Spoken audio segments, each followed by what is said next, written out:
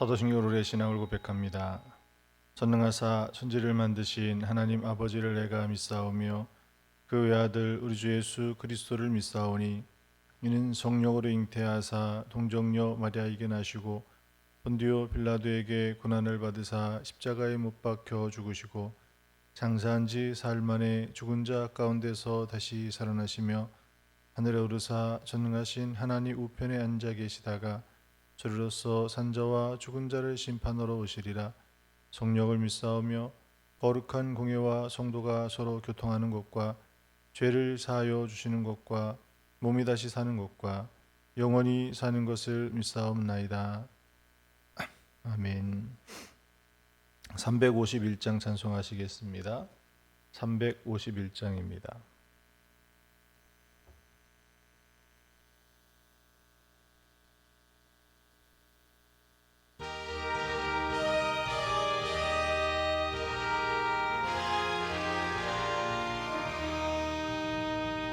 믿는 사람들은 주의 군사니 앞서 따라갑시다. 우리 대장 예수 길을 누고서 접전하는 곳에 가신 것 보라. 믿는 사람들은 주의 군사니 앞서가신 주를 따라갑시다. 원수마귀 모두 쫓겨가기는 예수 이름 듣고 겁이 남이라. 우리 찬송 듣고 지옥 돌리니 형제들아 주를 찬송합시다. 믿는 사람들은 주의 군사니 앞서가신 주를 나갑시다. 세상 나라들은 멸망당하나 예수 교회 영영 완성하리라. 마귀 권세감이 해치 못함은 주가 모든 교회 지키심이라. 믿는 사람들은 주의 군사니 앞서가신 주를 따라갑시다. 백성들아 와서 함께 모여서 우리 모두 함께 대가 부르세. 영원토록 영광 권세 찬송을 우리 임금 주께 돌려보내세. 믿는 사람들은 주의 군사니 앞서가신 주를 따라갑시다.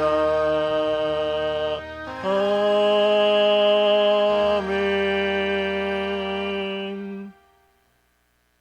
하나님 말씀 보시겠습니다. 사무엘하 23장입니다.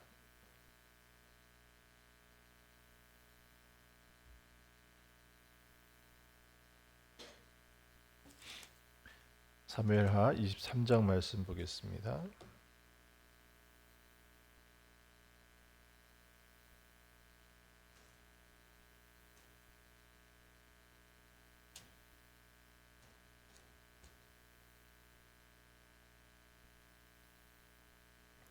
사무엘하 23장 14절에서 17절 말씀입니다.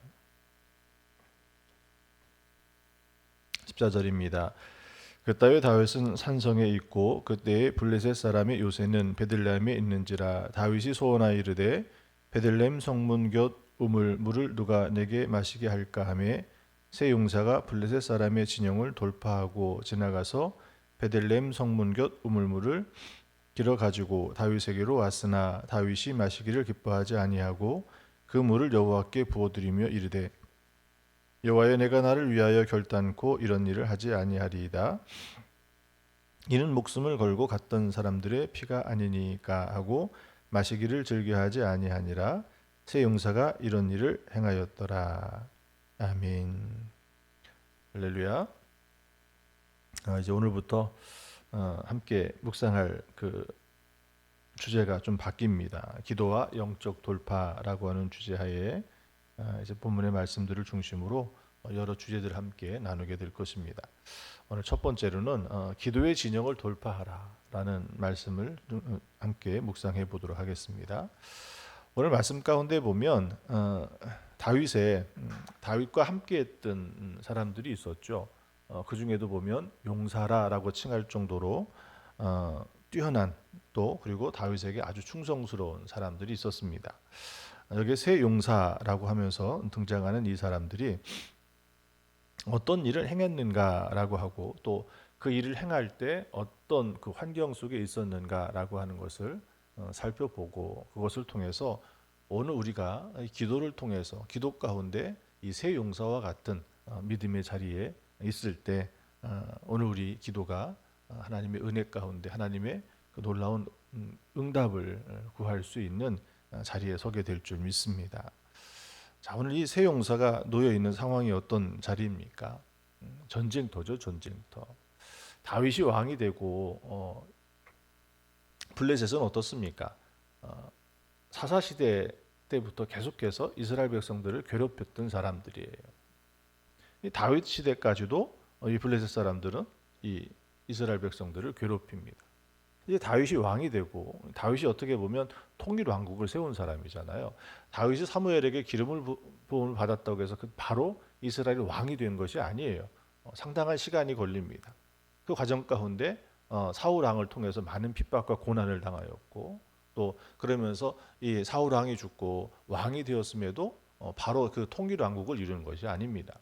좀 시간이 더 필요한데 그런 과정들을 통해서 다윗은 어떻습니까? 늘 전쟁터에 살았죠. 그러면서 이 블레셋과 싸움을 이제는 어떻게 보면 사사 시대 때부터 싸워왔던 그 이 싸움의 끝을 이 블레셋과의 싸움의 끝을 다윗이 이루게 되거든요. 그래서 분명하게 국경선이 확장이 되어지고 나라가 안정이 되어지고 그래서 아들 때에 가서는 아주 강력한 또 부강한 나라가 되어지거든요.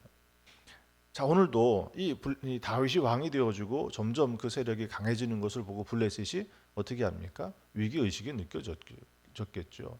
그래서 다시 이 블레셋이 싸움을 걸어옵니다. 그 싸움의 자리가 오늘 14절에 있는 말씀에 보면 어디예요? 다윗은 산성에 있었고 블레셋 사람들은 이 베들레헴, 그들의 요새는 베들레헴에 있었다라고 하는 거예요. 자, 이 두 진영의 싸움 가운데 이 세 용사가 놓여 있습니다. 자, 근데 여기에 무엇이 있죠? 자기 주인의 어떤 뜻이 있는 거예요. 베들레헴 곁에 있는 그 우물의 물을 마시고 싶다라고 하는 이 말을 들었을 때 어떻습니까? 이 세 용사는 어떻게 하죠? 그냥 옆에 있는 다윗이 머물고 있는 산성 곁에 있는 우물에서 물을 떠다 드리는 일이라면 뭐 얼마든지 쉽게 할 수 있는 일이잖아요. 근데 그 먹고자 하는 마시고자 했던 그 우물은 어디에 있는 거예요? 적군 진영이 있는 거예요. 그러려면 어떻게 해야 됩니까? 이 적군의 진영의 전선을 돌파하지 않으면 그것을 구할 수 없는 거예요. 근데 이 세 용사는 어떻게 하죠? 그 적군의 그 진영을 돌파하고 가서 그 우물물을 떠옵니다. 여기에 오늘 우리가 기도가 갖고 있는 아주 신비가 담겨져 있다라고 하는 거예요. 오늘 많은 성도들이 기도하죠. 많은 성도들이 기도하는데 그 기도하는 가운데 누구는 응답을 받고 누구는 기도의 열매가 없는 사람들이 있어요. 왜 그들은 그 기도가 잘못돼서 그랬을까요? 물론 그 기도가 처음부터 잘못됐기 때문에 응답받지 못하는 경우도 있어요. 왜? 우리의 기도의 대상이 누굽니까? 오늘 우리는 기도의 대상을 분명히 알아야 되거든요. 그런데 이방인들처럼 금송아지를 만들어 놓고 그게 하나님이야 그리고 거기에 기도한다면 하나님께서 우리의 기도를 응답하시겠습니까? 하나님도 마치 뭐예요?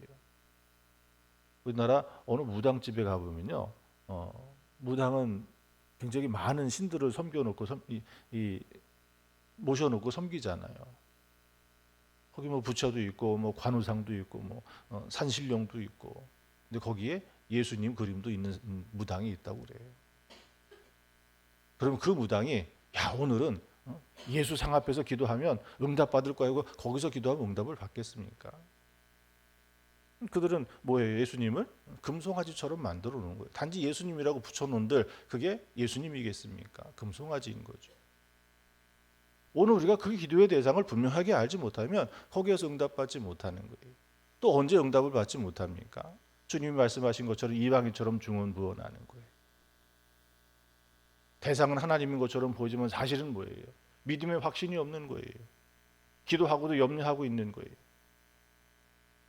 하나님의 능력으로 하는 것이 아니라 내 힘으로 하기 때문에, 그래서 기도를 뭐라고 생각하는 사람들이 있어요? 자기 신념의 확신처럼. 오늘 명상하는 모습을 보면 묵상과 명상의 차이가 어디 있습니까? 겉으로 볼 때는 비슷한 것처럼 보여요. 아니 어쩌면 똑같은 모습처럼 보여요. 그 방법과 절차가 거의 흡사하거든요. 근데 그것은 무엇인 거예요? 명상은 자기 스스로의 마음을 훈련시키는 방법이에요. 마음을 다스리고 그리고 자기 신념을 강화시키고. 근데 기도를 그렇게 사용한다면 어떻게 되겠습니까? 하나님이 응답하시겠습니까? 그 방법 또한 잘못되어졌을 때 오늘 우리 기도에 응답받지 못하는 거예요. 그렇지 않고 정말 우리가 기도의 대상을 분명히 알고 기도의 방법 또한 정말 지금까지 우리가 배웠던 그 속에서 하나님 안에서 정말 그렇게 기도하는데도 응답받지 못하는 또 하나의 이유가 어디 있을까? 바로 이것은 오늘 이 세 용사가 다윗이 원했던, 그의 주인이 원했던 그 우물물을 취할 수 있었던 것이 무엇을 돌파했기 때문에 그래요? 적군의 진영을 돌파해 넘어갔기 때문에 그래요. 오늘 우리가 믿음이 변화되어진 자리는 어디입니까? 그것은 자연의 질서 속에서 보면 임계점이라고 그러죠. 물질의 상태가 변하는 과정을 보면 어때요? 고체가 액체가 되어질 때 어떻습니까? 임계점을 넘지 않으면 물이 끓어서 기체가 되어지려면 어떻게 됩니까? 100도라고 하는 임계점을 넘어야 되는 거예요. 그것을 넘기 전까지는 어때요? 물은 끓지만 끓어오르고 있지만 상태는 어때요? 여전히 액체라는 거예요. 그 임계점, 어떻게 보면 우리에게는 그 한계점이에요. 그 한계점을 뛰어넘지 않으면 그 상태가 변화될 수 없는 거예요. 기도도 마찬가지예요. 오늘 우리가 기도한다고 앉아있지만 사실은 어떻습니까? 얼마나 많은 내적, 외적 방해와 환경들이 놓여져 있느냐라고 하는 거예요. 그것을 돌파하지 않으면, 그것을 뛰어넘지 않으면, 그 기도 가운데 그것을 넘어서서 진정한 하나님을 대면하지 않으면 거기에 어떤 기도의 응답을 받을 수 있겠느냐라고 하는 거예요. 어떻게 보면 우리 한국 교회가 이렇게 큰 하나님의 축복을, 빠른 축복을 받을 수 있었던 것은 아주 단순해요. 그 임계점을 뛰어넘는 방법이 뭐예요? 오늘 내적인, 외적인 그런 환경들, 방해하는 요소들을 아주 쉽게 돌파할 수 있었던 방법이 뭐예요? 그게 통성기도였어요. 간절히 소리질러서 기도할 때 내 내면에서 일어나는 여러 가지 잡스러운 생각들, 그런 것들을 다 어떻게 합니까? 기도의 줄기에 그냥 다 묻혀버리게 만들어버리는 거예요. 그렇게 소리질러 부르짖을 때 어떻습니까? 주변에 어떤 환경들이 보입니까? 들립니까? 그렇지 않죠. 그렇지만 오늘 이 시대를 보면 어떻습니까? 한국교회 기도의 전통을 이제는 상실해버렸어요. 소리질러 부르고 있지만 그것이 임계점을 뛰어넘을 수 있을 정도로 바로 그 기도의 벽을 뚫고 뛰어넘을 수 있을 정도로 우리가 그렇게 부르짖으며 기도하고 있느냐라는 거예요. 그렇지 못하다라는 거죠. 오늘 우리는 바로 그 선을 돌파해야 됩니다. 우리 한국교회 그런 교회가 성장을 멈추고 이제는 마이너스 성장을 할 그 전환점이 이르렀을 때 한국에도 성령운동이 일어난 적이 있었어요. 미국에서 일어났던 제3의 물결이라고 빈야드 이 성령운동이 일어난 그것이 한국에도 들어와서 그런 성령운동, 은사운동을 하기 시작했을 때가 있었는데 그때 기도의 특징이 뭐냐면 기도 사역자들이 은사받은 이들이 기도하는 이들을 도와주는 일이에요. 그때 많이 넘어졌습니다. 은사가 나타나는 것이 막 금가루도 일어나고 금리빨 현상도 일어나고 굉장히 많은 다양한 내적 외적 현상들이 일어났거든요. 예언 기도도 일어나고 치유의 역사도 일어나고 대표적인 게 기도할 때 쓰러지는 거죠. 근데 거기에서 보면 어때요? 우리는 그것을 잘못 이해했어요. 그걸 수단으로 생각했단 말이에요. 그러니 한국의 은사운동은 실패한 거예요. 근데 정말 그들이 하고 있었던 기도 운동이 무엇인가? 카나다에 있는 그 교회를 가서 보니까 거긴 우리처럼 막 쓰러뜨리고 넘어뜨리고 그게 목적이 아니에요.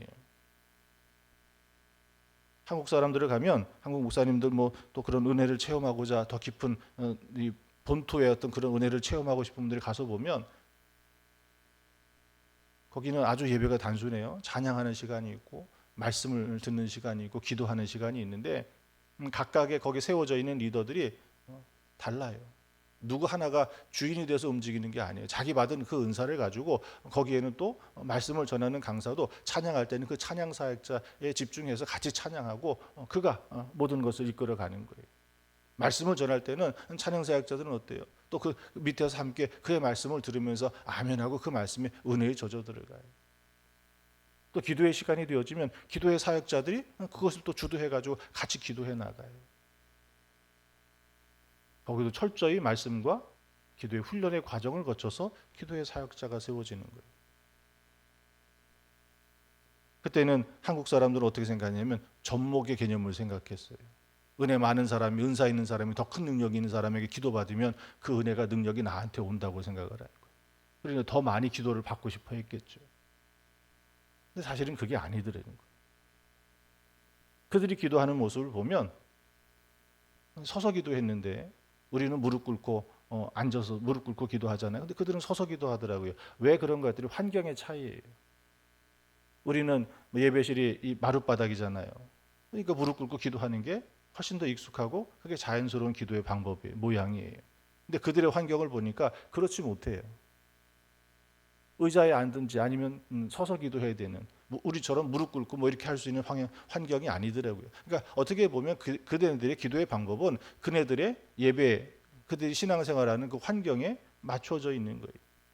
그러면서 기도하는데 어떻게 기도하냐면 그냥 본인이 자기의 기도를 가지고 하나님께 기도하는 거예요. 서서 기도하는 거예요. 기도 사역자는 그럼 뭐를 하는 사람들이냐면 그들이 기도할 때 우리도 기도하다 보면 막 좀 답답할 때가 있잖아요.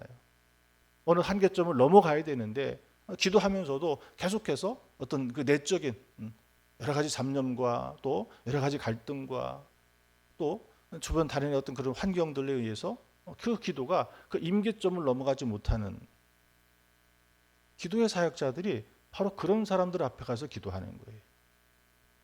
그래서 그 기도를 도와주는 거예요. 그 한계를 뛰어넘을 수 있도록 도와주는 거예요. 우리는 막 터치해가지고 막 넘어뜨리는 게 집중하지만 그들은 처음엔 손도 안 대요.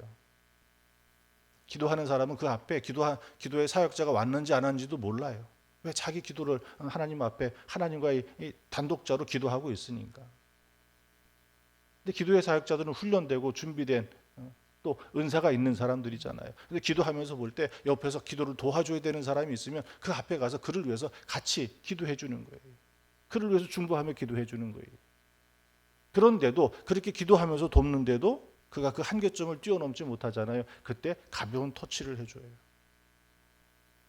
손을 대지 않아도 그 기도에 정말 그 함께 그 임계점을 뛰어넘는 그런 기도가 돌파되어지는 그 자리에 막 넘어지는 일도 일어나고, 또 그렇게 함께 기도하는데도 그것을 이겨내지 못하고 있을 때 가벼운 터치가 그 순간에 무엇이 일어나는 거예요? 영적 터치가 되어가지고 거기에 또 은사가 일어나기 시작하는 거예요.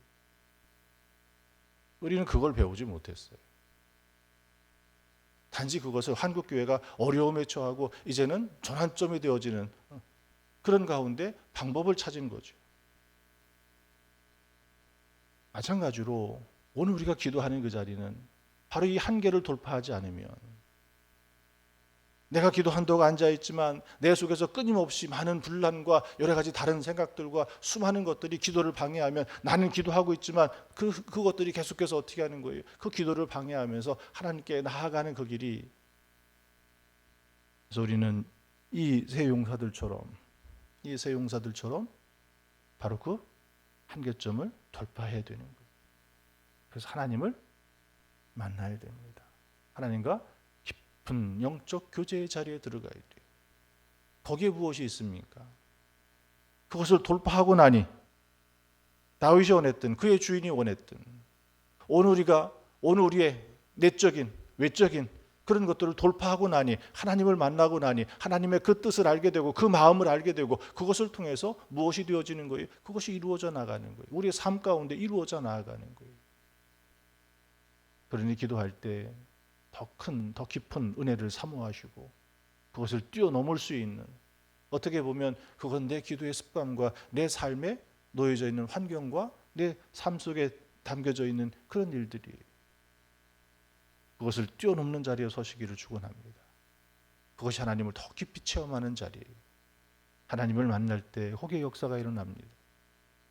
예수님을 만날 때 능력이 행해졌던 것처럼 오늘도 그 주님을 만나지 않으면, 오늘 우리는 그래서 그 기도에 어떻게 보면 문지방만 밟고 지나가는 일이 얼마나 많은지 몰라요. 그 문지방을 넘어서시기를 축원합니다. 이 기도를 통하여 그 기도의 한계를 뛰어넘을 때 거기에 하나님의 은혜와 역사가 일어나는 줄 믿습니다.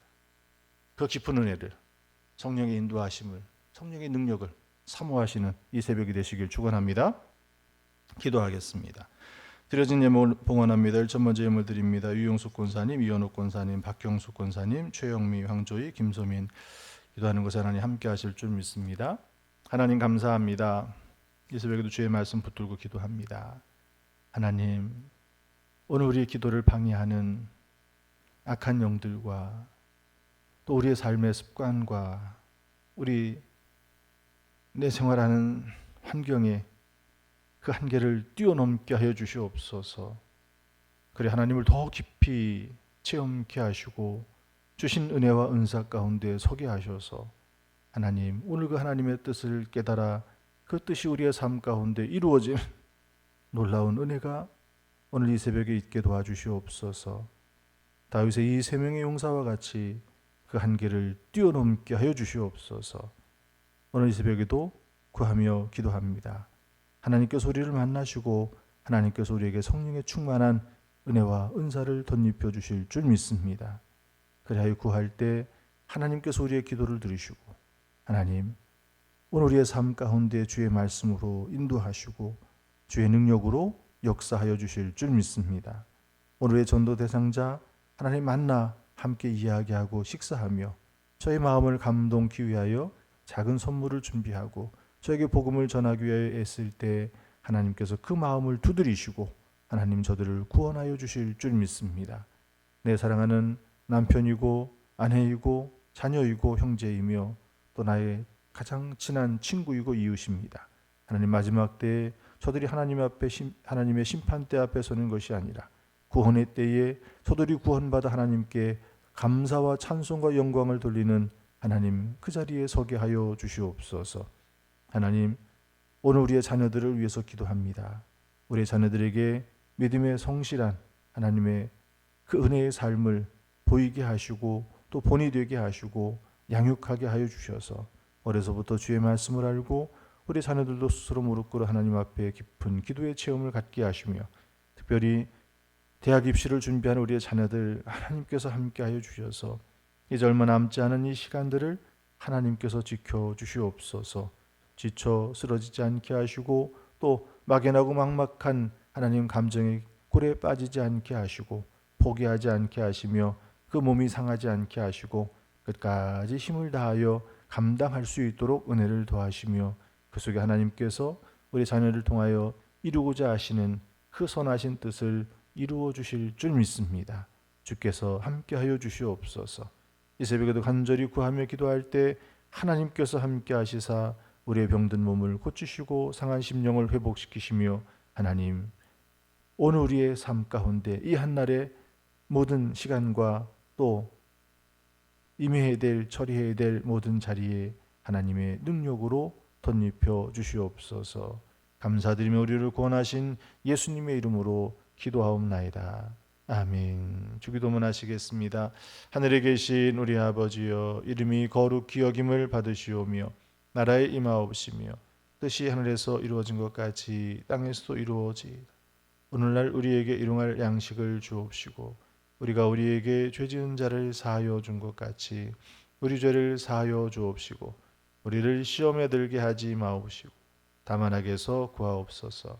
대개 나라와 권세와 영광의 아버지께 영원히 있사옵나이다. 아멘.